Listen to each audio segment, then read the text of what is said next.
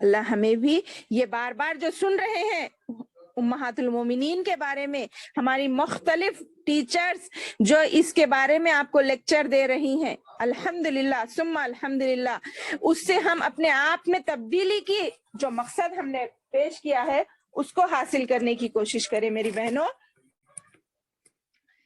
اب چلتے ہیں حدیث کی روایت کی طرف۔ حضرت جویریہ ام المومنین بڑی عالمہ، فاضلہ اور فصیحہ اور بلیغہ خاتون تھی۔ علم و ادب میں بھی ان کا اعلیٰ مقام تھا۔ آپ سے 7 احادیث روایت کرنے کا شرف حاصل کیا، جن میں ایک بخاری اور مسلم میں بھی مذکور ہے۔ معمولی بات نہیں ہے 7 احادیث بھی روایت کرنا، بہت بڑی بات ہے یہ عام لوگوں کے مقابلے میں۔ اور آپ کے شاگردوں میں بہت سے مشہور صحابہ اکرام اور تابعین آئے ہیں۔ عبداللہ بن شداد، عبداللہ بن عباس، عبید بن سباخ وغیرہ وغیرہ، یہ آپ کے شاگردوں میں سے ہیں۔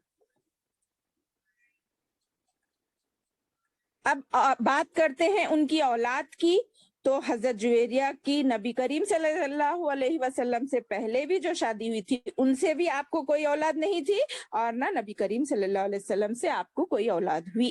یہ اللہ کا کیا حکمت تھی اس بات میں، اللہ ہی بہتر جانتا ہے۔ دیکھیے اس پر بھی ان لوگوں نے کوئی شکوہ شکایت ہمیں نہیں ملتا۔ اللہ کی راہ میں خرچ کرنے کو، اللہ کی آخرت کی تیاری کرنے کو وہ ہمیشہ اپنے آپ کو تیار رکھتی تھی۔ جب بھی کوئی موقع ملتا اپنی نیکی کرنے کا تو وہ فوراً نیکی کرتی تھی۔ اسی طرح آپ نے 56 سال کی عمر پائی، اور آخر میں ام المومنین سیدہ جویریہ رضی اللہ تعالیٰ عنہ سیدنا معاویہ بن ابی سفیان رضی اللہ عنہ کے دور حکومت میں ماہ ربیع الاول 56 ہجری میں وفات پائیں۔ 56 ہجری میں وفات پائیں، اور مدینہ منورہ کے گورنر مروان بن حکم نے ان کی نماز جنازہ پڑھائی، اور بعض کا خیال ہے کہ سیدہ جویریہ 50 ہجری اور 65 سال کی عمر میں وفات پائی، اور مروان بن حکم نے ہی ان کی نماز جنازہ پڑھائی۔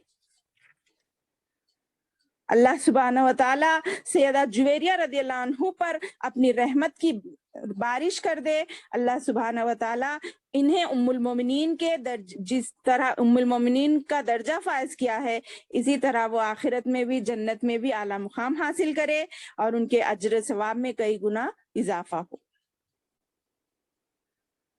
جو اپنے خاندان کے بجائے رسول اللہ صلی اللہ علیہ وسلم کی زندگی میں رہنا پسند کیا، اپنے والد کو کیا کہا انہوں نے؟ ان کے ساتھ واپس جانے کے لیے انکار کر دیا، اور اللہ کے رسول کے ساتھ رہنے کو پسند کیا۔ یہ ان کی خوش نصیبی کا بہت بڑا مقام ہے۔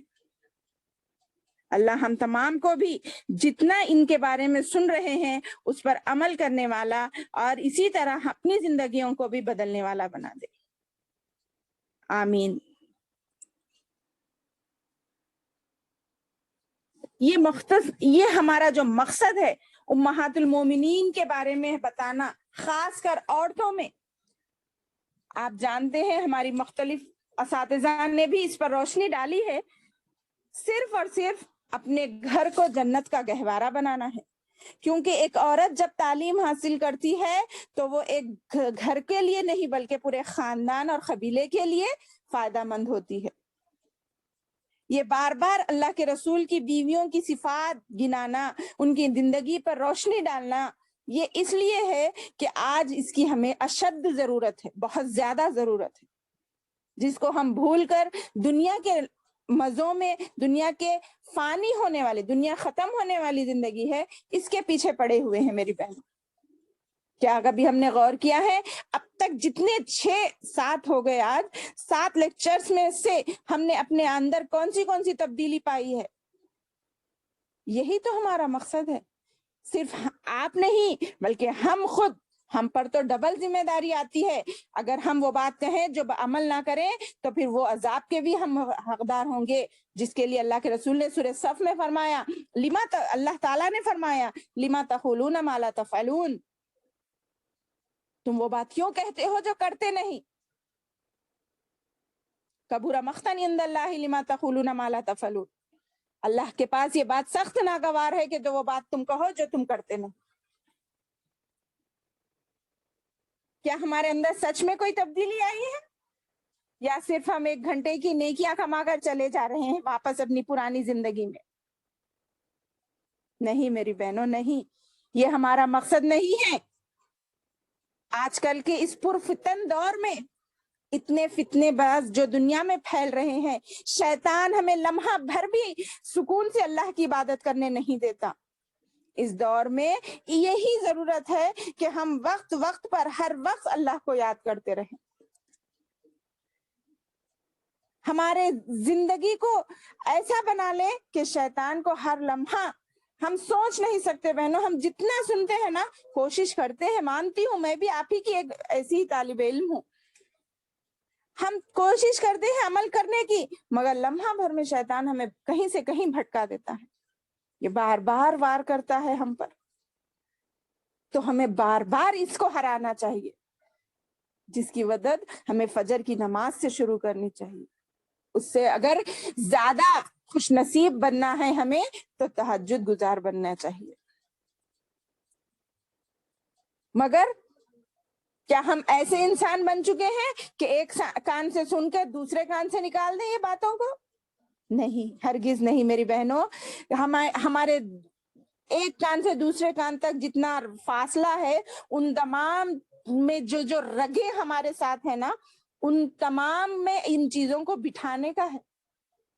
درمیان میں ہمارا دماغ کام کرتا ہے، اس میں یہ چیزوں کو بٹھانے کا ہے، محفوظ کرنے کا ہے. اس کے لیے میں آج چند آپ کے سامنے دوسری باتیں بتانے کی کوشش کر رہی ہوں صدقے کے بارے میں. صدقہ کیا ہے؟ کیا صرف اپنے بھائی بہنوں یا شوہر سے یا باپ سے پیسے لے کر پیسہ خرچ کرنا ہی صدقہ ہے؟ نہیں نہیں، میں آج آپ کو چند ایسی اقسام بتاؤں گی میری پیاری بہنوں، جن کو آپ سوچ کر، حالانکہ آپ کرتے تھے، آپ کی زندگی میں روٹین تھا ہوگا، مگر اس کو آپ نے صدقہ نہیں سمجھا ہوگا. یہ میرا دعوے کے ساتھ کہنا ہے. اللہ ہماری زندگی کو ایسا کر دے کہ ہر لمحہ ہم اللہ کو یاد کرنے والے بنے. تو چلیے آتے ہیں صدقے کی طرف. آپ نے سنا ہوگا صدقہ تو عام الفاظ میں اللہ کی راہ میں پیسہ خرچ کرنے کو کہتے ہیں، اور یہ بات میں مانتی ہوں کہ صرف پیسے والوں کو ہی صدقہ نہیں ہے، بلکہ جو بھی ہے امیر یا غریب، ان تمام پر اللہ نے صدقے کو واجب کر دیا. ہاں، ایک حدیث میں اس کی فضیلت یہ بھی ملتی ہے کہ سب سے بڑا صدقہ کیا ہے. جب اللہ کے رسول صلی اللہ علیہ وسلم سے یہ سوال کیا گیا تو اللہ کے رسول صلی اللہ علیہ وسلم نے فرمایا، آدمی صحت مند ہو. غور کرتے جائیں، سب میں بڑا صدقہ کیا ہے؟ آدمی صحت مند ہو، اور اس کے پاس مال ہو، اور اس مال کا حریص بھی ہو. اس کے حریص مانے چاہنے والا. مال کو کس کو پسند نہیں ہے آج کل؟ بہت پسند ہے نا. مال کو چاہنے والا بھی ہو، اور وہ اگر خرچ کرے تو مال ختم ہونے کا ڈر بھی ہو، فقیری آنے کا بھی ڈر ہو، صحت مند ہو، اور پھر اللہ کی راہ میں نکالے، تو یہ عمدہ صدقہ ہے، اعلیٰ صدقہ ہے. کیوں؟ اس کو آخرت مند آنکھوں کے سامنے ہے نا. اپنے مال میں سے وہ اپنے مال کو بڑھانے کے لیے بھی انویسٹ کر سکتا، مگر اس کو لالچی بھی ہے، اس مال سے فائدہ بھی اٹھانے کا حریص ہے، مگر وہ کیا کر رہا ہے؟ آخرت میں کام آنے کے لیے خرچ کر رہا ہے. تو یہ صدقے کی اعلیٰ قسم ہے. ویسا بھی کر سکتے آپ، مگر اس کے علاوہ آج چند چیزیں آپ غور کریں میری بہنوں. صدقے کے متعلق مختلف طریقے ہیں جن کو ہم بھول بیٹھے ہیں، جن کو جاننے کی اب اس وقت بہت زیادہ اشد ضرورت ہے. جن کے کرنے سے سب سے اہم چیز ہمارے دین اسلام کی رہنمائی اور اسلام کا ظہور ہوگا میری بہنوں. یہ بتانا مقصد ہے میرا. کیا اسلام کی رہنمائی ہوگی اور اسلام ظاہر ہوگا ان مسلمانوں سے جو ان طریقوں کو اپنائے گا, کیونکہ مسلمان تو انہی طریقوں کی بنا پر ایک دوسرے مذاہب پر غالب ہے نا. ہمارا دین اسلام یہ اسلامی تعلیمات کی وجہ سے ہی دوسرے تمام ادیان پر غالب ہے میری بہنوں, مگر ہم اس کے عمل میں نہیں لانے کی وجہ سے پیچھے رہ رہے ہیں. تو آپ تمام سے گزارش ہے, یہ چھوٹی چھوٹی باتیں جو اب میں بتاؤں گی آپ کو, اس کو غور سے سنیں, اپنے دوسرے کاموں کو بازو رکھیں, اس کو سن کر اس پر عمل کریں. کیونکہ ہم سن سکتے اپنا کام کرتے ہوئے بھی, مگر وہ دلچسپی نہیں ہوگی جو ہم غور سے ایک کام ایک وقت میں کریں گے. تو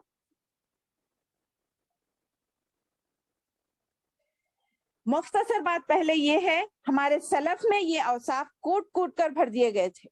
جیسا کہ میں نے کہا, امہات المومنین ہی نہیں بلکہ صحابہ کرام بھی بہت اس کام کے پیچھے حریص تھے. کیونکہ ایک یہودی نے ایک راستے میں ایک کانٹے دار لکڑی کو پایا تو اس نے گمان کیا شاید اس راستے سے کوئی مسلمان نہیں گزرا. جانتے ہیں نا آپ, اگر مسلمان گزرتا تو اس کو یہ نیکی سمجھ کر اگر وہ راستے سے ہٹا دیتا تو اس کے لیے وہ صدقہ ہو جاتی, اس کی مغفرت کا ذریعہ بن جاتی. یہاں تک ہمارے دین میں نمونے ملتے ہیں. ایک کافر نے سوچا یہ راستے میں جو کانٹی پڑی ہوئی ہے شاید یہاں سے مسلمان کا گزر نہ ہوا ہوگا, ورنہ یہ کانٹی ہٹ جاتی راستے سے. ایسا تھا ہمارا اسلاف. اور ہم اپنے چبوتروں کو بڑھا رہے ہیں, چلو کچھ بھی نہ ہوتا, لوگوں کو تکلیف ہوئی پرواہ نہیں, ایک بالش آگے بڑھا دو, گھر ہمارا زمین روڈ پہ لا لو, کوئی مسئلہ نہیں ہے. سوچتے نہیں نہیں, بہت بڑا مسئلہ بنتا, آخرت میں اس کا حساب دینا ہوگا. اب میں چند چیزوں کا ذکر آپ کے سامنے حدیث کی روشنی میں کرنا چاہتی ہوں. یہ میرے الفاظ نہیں ہیں بلکہ نبی کریم صلی اللہ علیہ وسلم کی زبان اطہر سے یہ الفاظ صدقے کے معنی میں نکلے ہیں. یہ ان تمام جگہوں میں استعمال ہوا ہے. اور یہ خاص بات, اس صدقے میں بلا تفریق مالدار اور غریب دونوں داخل ہیں میری بہنوں.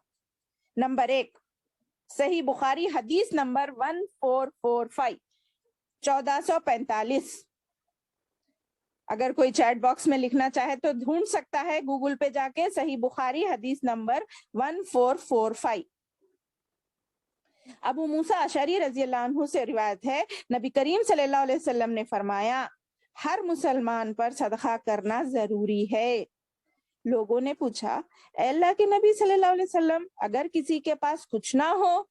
آپ صلی اللہ علیہ وسلم نے فرمایا پھر اپنے ہاتھ سے جو کچھ کما کر خود کو بھی نفع پہنچائے اور صدقہ بھی کرے. دیکھ رہے, پھر پوچھا اگر اس کی بھی طاقت نہ ہو تو پھر آپ صلی اللہ علیہ وسلم نے فرمایا پھر کسی حاجت مند فریادی کو اس کی مدد کرنی چاہیے. تو لوگوں نے کہا اگر اس کی بھی سکت نہ ہو تو آپ صلی اللہ علیہ وسلم نے فرمایا پھر اچھی بات پر عمل کرے اور بری باتوں سے باز رہے. یہ تو سب کر سکتے ہیں نا. اس حدیث سے 3 قسم کی معلومات ہمیں حاصل ہوتی ہیں صدقے کی. اگر کوئی نوٹ کرنا چاہے تو نوٹ کر سکتا ہے میری بہنوں. نمبر 1, کسی کے پاس کچھ بھی نہیں ہے, کیونکہ پہلے ویسا ہی تھا نا, کوئی ذخیرہ بنا کر نہیں رکھتا تھا, جو بھی آتا تھا کھاتے پیتے خرچ کر دیتے تھے. تو کیا کہا گیا, محنت کر کے کمائے, خود پر بھی اور دوسروں پر بھی صدقہ کرے. دیکھ رہی, اپنے آپ پر خرچ کرنا بھی صدقہ ہے میری بہنوں. یہ حدیث میں کہا گیا ہے, میرے الفاظ نہیں ہے. پھر دوسرا, اپنے مال سے اور اپنے جسم سے کسی حاجت مند کی مدد کرے, کسی سے مانگ کر, اپنے مال سے بھی اور جسم سے مطلب کسی کا ہاتھ بٹا دینا, کسی کے کام میں ہاتھ بٹا دینا, کسی کو گاڑی سوار کر دینا, کسی کی مدد کر دینا. اس کے لیے پیسہ خرچ نہیں ہوگا نا, یہ بھی صدقہ ہے. اور تیسری, اسی حدیث میں کیا بات واضح ہوئی؟ اپنے شر سے دوسروں کو تکلیف دینے سے محفوظ رکھنا بھی صدقہ ہے. دیکھ رہے ہیں کتنی دور کی بات ہے. شیطان بھٹکارا ہمارے کو معلوم ہے نا، ہمارے خون میں دوڑ رہا ہے وہ. تو اسی لیے اللہ کے رسول نے اس سے روکنے کے لیے کیا اس کے سولوشن بتایا، تدبیر بتائی. اپنے شر سے دوسروں کو تکلیف دینے سے بھی محفوظ رکھنا بھی صدقہ ہے. آپ کچھ بھی نہیں کر رہے، اپنے آپ سے کسی کو تکلیف مت دو، یہ بھی صدقہ ہے. سمجھو اس میں کسی کی محنت لگتی نہیں نا. سوچئے میری بہنوں کتنی پیاری باتیں ہیں. الحمدللہ یہ میں نے اس لیے اکٹھا کی ہے تاکہ میں بھی عمل کر سکوں اور آپ بھی عمل کر سکیں. اور دن اور رات میں دیکھیے کیا چیز ہم پر فرض ہوتی ہے. اب آگے سن کر آپ کے رونگٹے کھڑے ہو جائیں گے انشاءاللہ. چوتھا طریقہ کیا بتایا گیا حدیث میں؟ صحیح بخاری 2989 حدیث نمبر 2959. اگر کوئی چارٹ بیکس میں لکھنا چاہے تو لکھے. صحیح بخاری 2989. حضرت ابو ہریرہ رضی اللہ عنہ نے بیان کیا، نبی کریم صلی اللہ علیہ وسلم نے فرمایا انسان کے بدن پر صدقہ ہے. 2989. انسان کے ہر جوڑ پر ایک صدقہ ہے. جزاک اللہ میری بہن.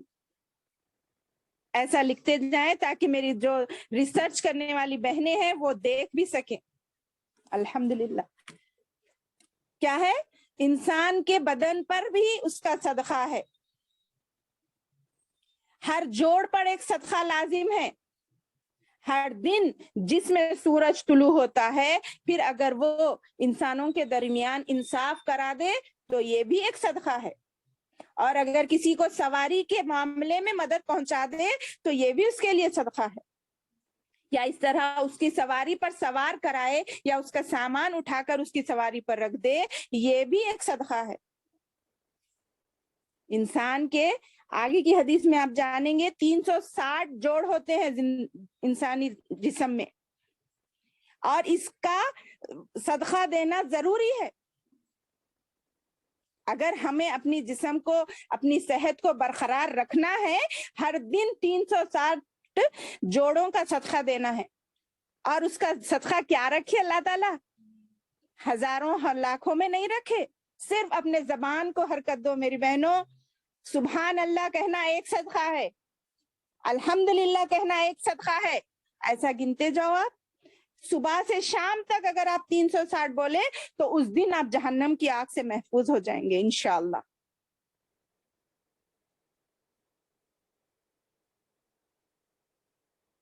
کتنی پیاری باتیں ہیں. اور کیا ہے؟ انسانوں کے درمیان انصاف کرا دینا بھی صدقہ ہے. اور کسی کی سواری میں مدد کرنا، یعنی پہلے گھوڑے گدھے کی سواری ہوتی تھی نا، آج کل تو نہیں ہے. تو کسی کو گاڑی چلانے میں کوئی کک مارنے کے لائق نہیں ہے، کوئی ضعیف ہے تو اس کی گاڑی اپن بنا کے دے، مطلب کک مار کے دے دینا بھی معمولی بات ہے آج کل کے لحاظ سے دیکھا جائے. کوئی سامان بہت سا اٹھا رہا ہے، اس کو آگے راستہ پار کرنا نہیں آ رہا، آپ اس کی سامان میں اس کی مدد کر دو، اس کی گاڑی تک اس کو سامان پہنچا دو، یہ بھی صدقہ ہے. اب اور ایک بات سنیے، حدیث میں آیا ہے اچھی بات منہ سے نکالنا بھی صدقہ ہے.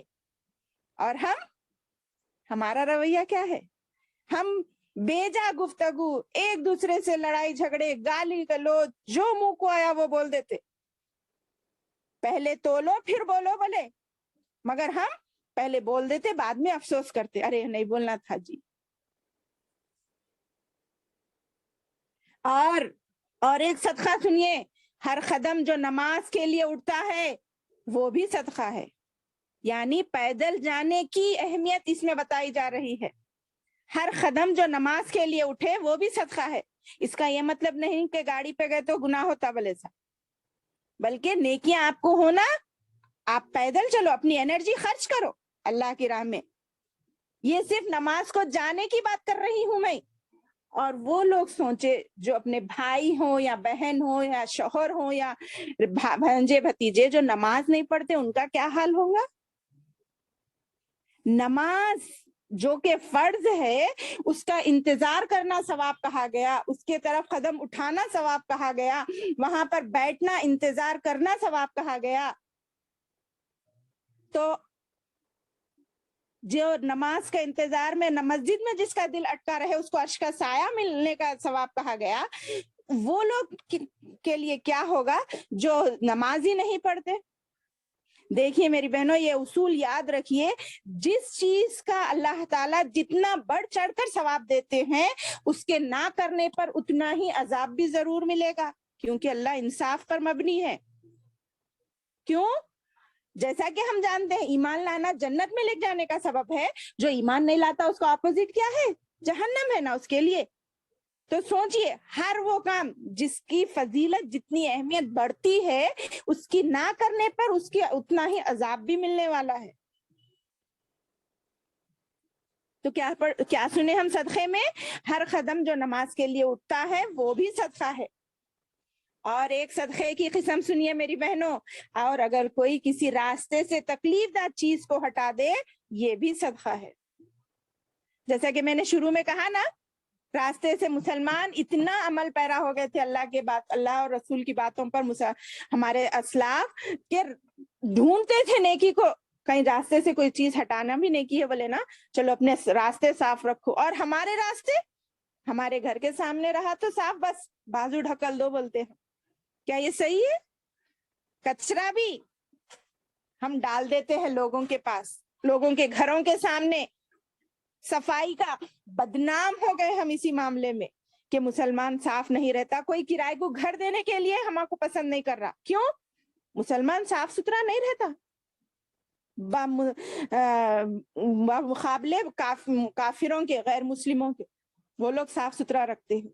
کیا ایسے بن گئے ہم؟ جو ہمارا نبی، ہمارا خدا ہمیں راستے سے تکلیف دہ چیز باہر کی دنیا کے بارے میں یہ سبق دیتا ہے، تو گھروں کے بارے میں کیا ہوگا پھر؟ گھر کو پاک صاف رکھنا کتنا اہم اور ضروری ہے، سوچئے.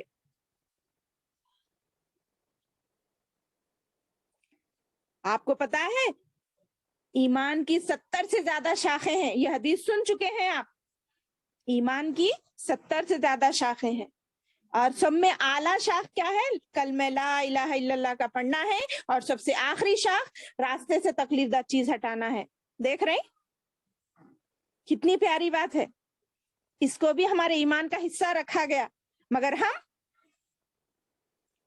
اس میں بھی پیچھے ہیں. اللہ ہمیں ہدایت دے.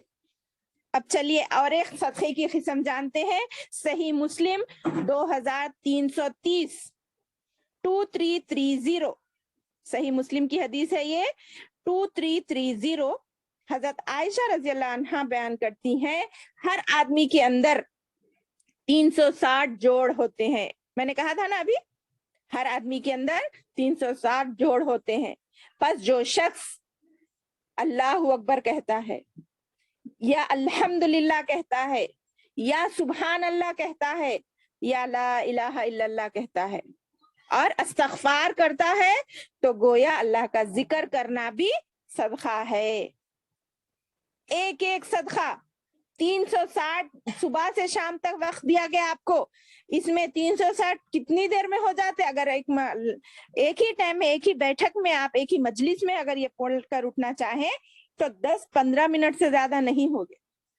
مگر انسان مختلف اس کو کام ہوتے ہیں نا، تو چلتے پھرتے، بیٹھتے اٹھتے، کام کرتے ہوئے، کپڑے دھوتے ہوئے، برتن دھوتے ہوئے، جھاڑو دیتے ہوئے بھی ذکر کرتے تھے ہمارے اسلاف.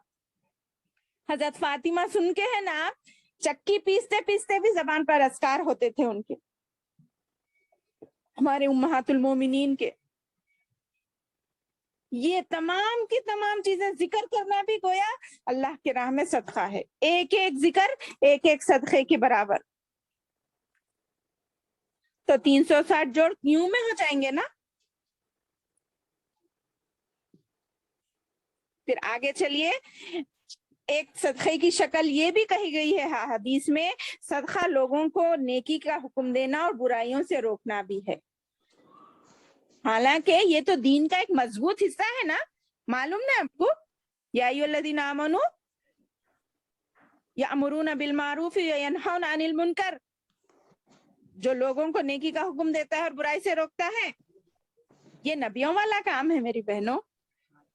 اسی لیے وہ زمین پر بھیجے گئے تھے کہ تو لوگوں کو توحید کی طرف بلائیں اور شرک سے روکیں.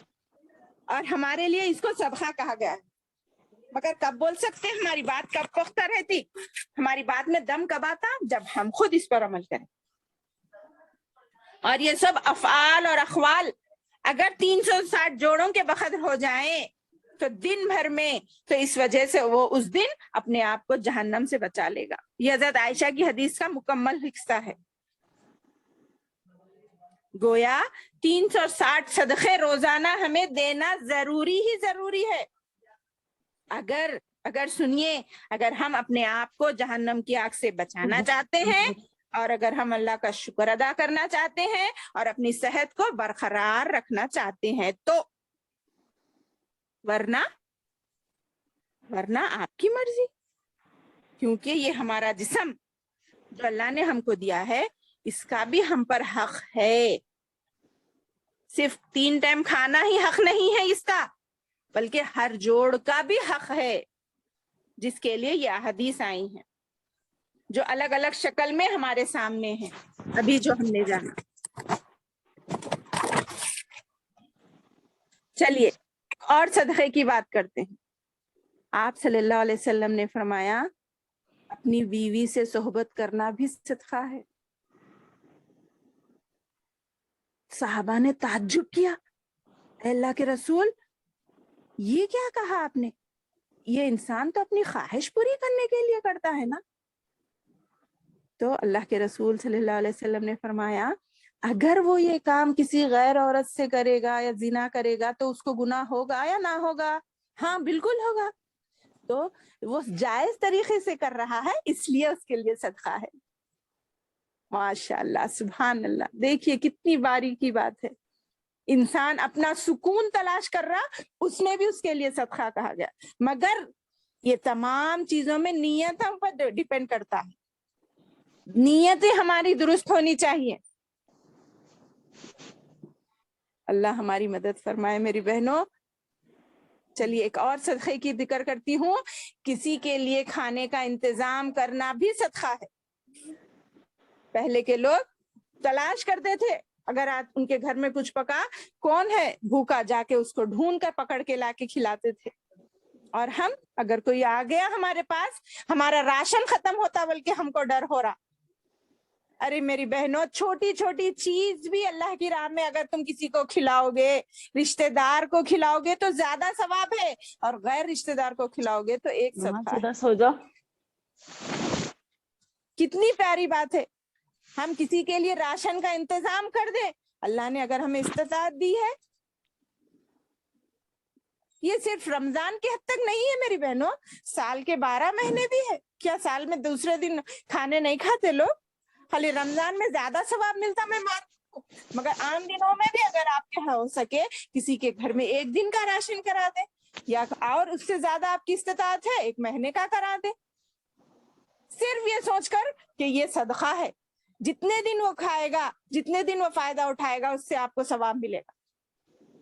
تو یہ بھی صدقہ ہے. ہم بڑھ چڑھ کے بڑے بڑے نیکیاں تو نہیں کر رہے نا پہلے کی طرح. ہر مہینہ 3 روزے رہ رہے ہیں ہم. یہ چھوٹے چھوٹے کام تو کر لیں. ہم اپنے گھر کے لیے 2 مہینے کا سودا لاتے، کیا کسی کے گھر کے لیے 1 ہفتے کا سودا دینا مشکل ہے ہمارے لیے؟ پتا نہیں کب کیا ہوگا، پھر آگے موقع ملے گا یا نہ ملے گا.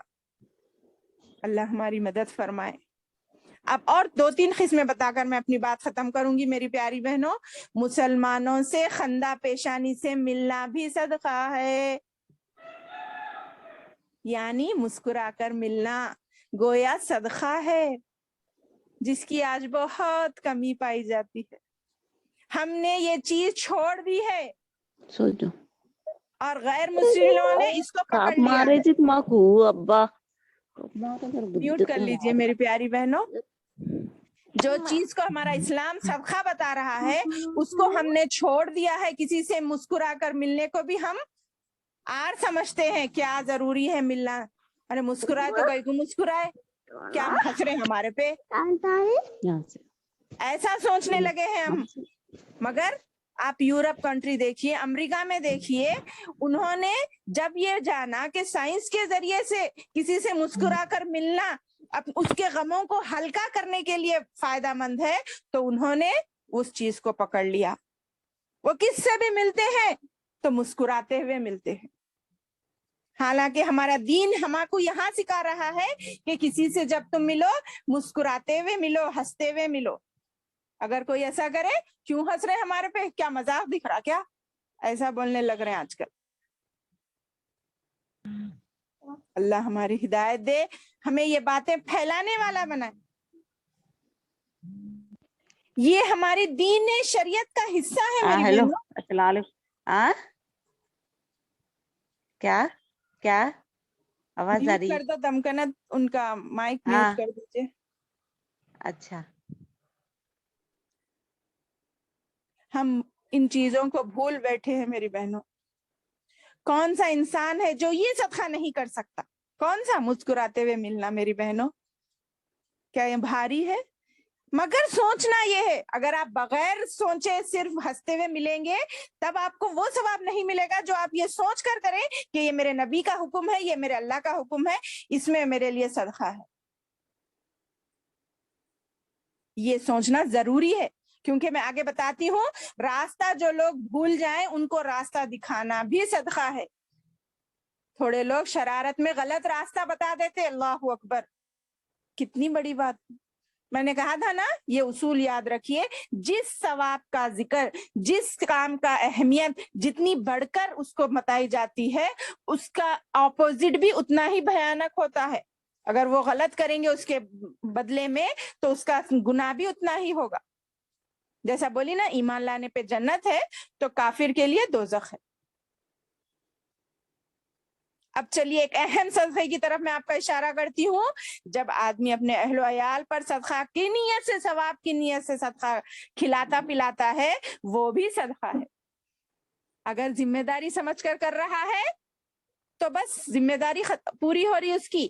مگر وہ ثواب کی نیت سے, میرے رب کا حکم ہے, میرے نبی کا احکام ہے, میرے نبی کی طریقہ ہے بول کر اللہ ایک نوالا بھی کھلائے گا تو اس کے لیے وہ کھانا دو ثواب کا ہو جائے گا. ایک تو ذمہ داری پوری کرنے کا ثواب, اور ایک اللہ کا نبی کو, اللہ کو یاد کرنے کا ثواب صدقے میں داخل ہو جائے گا.